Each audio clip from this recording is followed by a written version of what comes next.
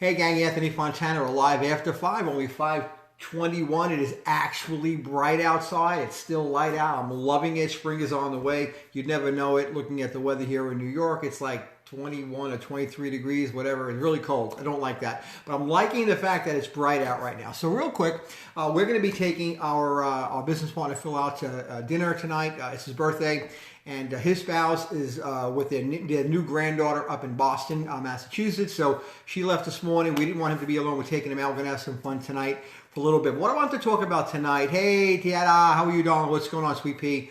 You know, here's the thing. We're all subject to ups and downs. Every single one of us is subject to those ups and downs. We hit a road, we hit a roadblock, we hit an emotional trench where we're going down instead of up, and we all go through it.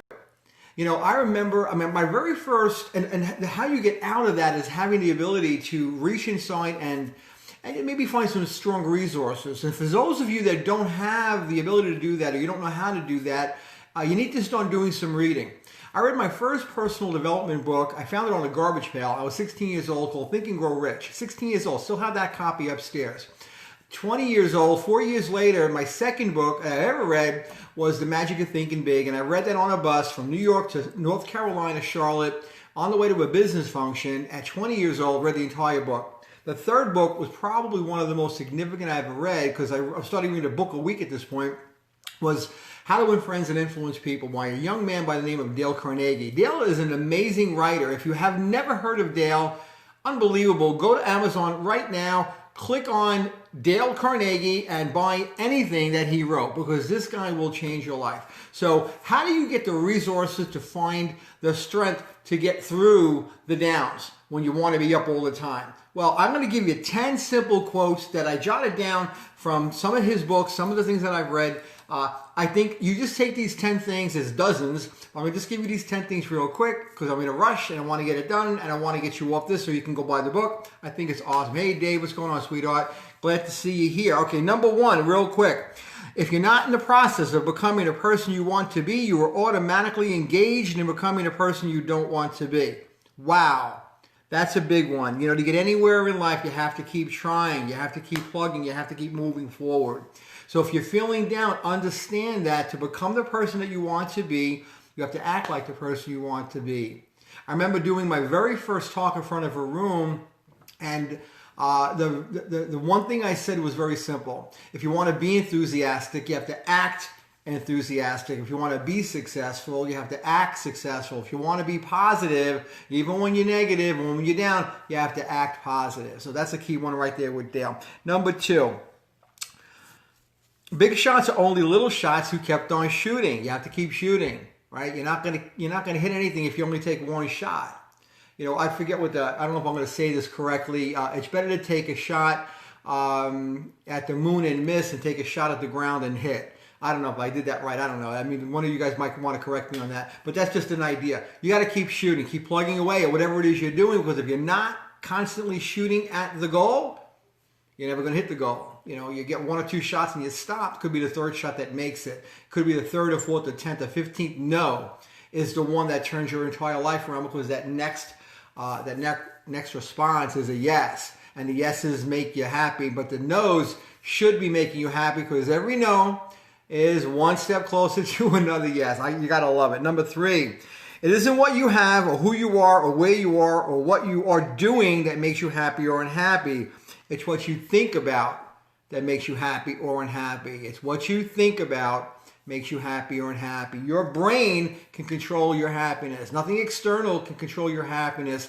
Somebody once said, oh, you didn't make me happy today. How is that? You didn't make you happy today. So if you want to be happy, act happy. And that's the key right there. Number three. Number four, people rarely succeed unless they have fun in what they're doing. Oh my God, this one is like exciting.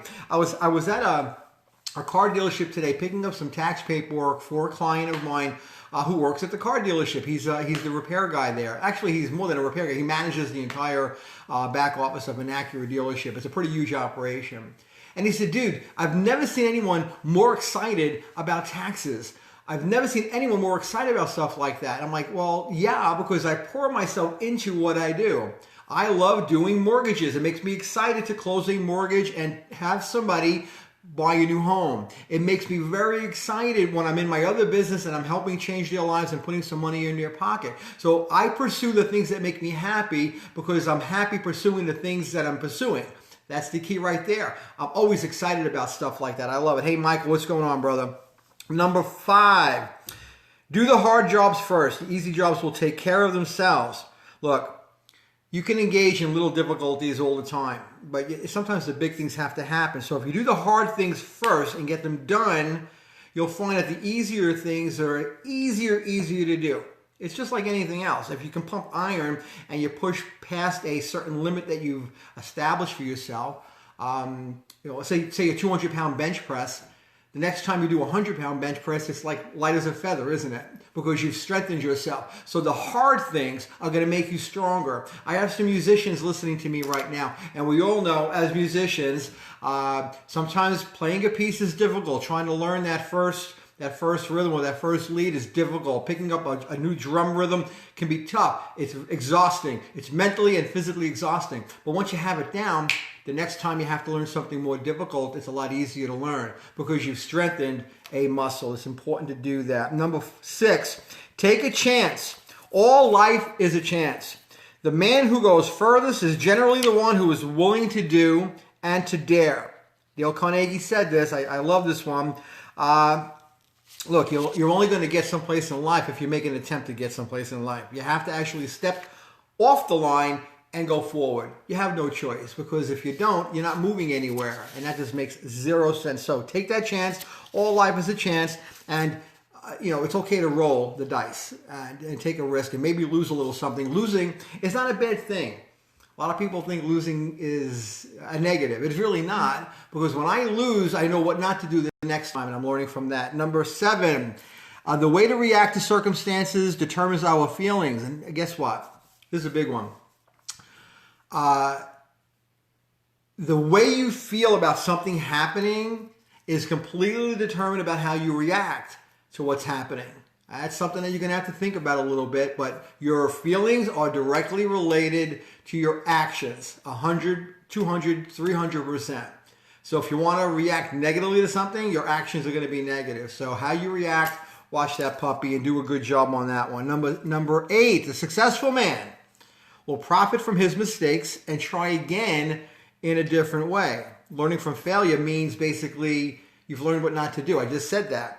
So if you learn something new and you've made some mistakes getting there, you're now one step ahead of where you were before you even started. So go out there and make some gosh darn mistakes. It's okay to do that. Don't worry about mistakes. The most important thing, number 9, the most important things in the world have been accomplished by people who have kept on trying when they seemed to be at no hope at all.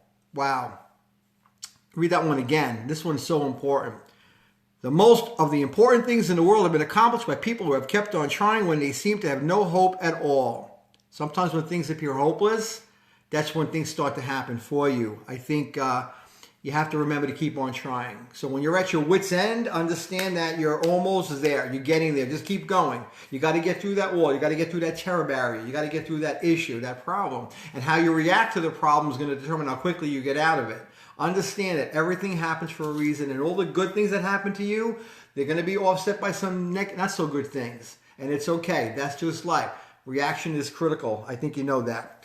Number 10 and last one is feeling sorry for yourself and your present condition is not only a waste of energy, but the worst habit that you could actually ever have. Look, there's 0 reason to waste time being sorry for yourself because no one else cares.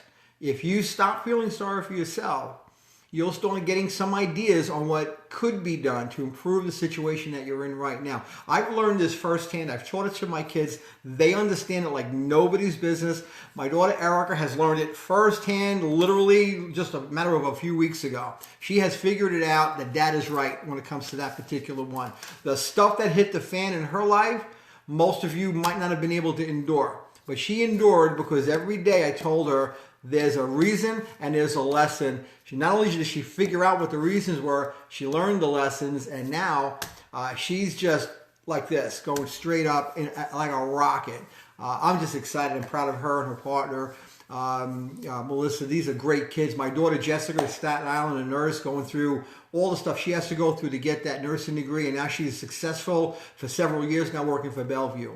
All of them, all of us hit roadblocks. All of us get walls that we run up against and we have to knock them down. Learning to knock them down is critical. So rewind this, watch it later if you have to, but understand these are real facts, real ways to live your life. And if you follow Dale Carnegie, go buy the book. I'm telling you, he'll change your life. Yas, how are you, buddy? What's going on, Peter? Christina, what's going on, buddy? Ann and Anthony, I thought he's on here. What's happening? Oh my God, there's so many people on this one. I was going to say hi to everybody. Thomas and Michael Prince. Wow, you guys are great. I appreciate you. I'm going to get ready to go. We have a restaurant appointment in around 29 minutes in Huntington. We're going to go to Ichi. We're going to have fun. Love you guys. Have a great night, guys. Enjoy.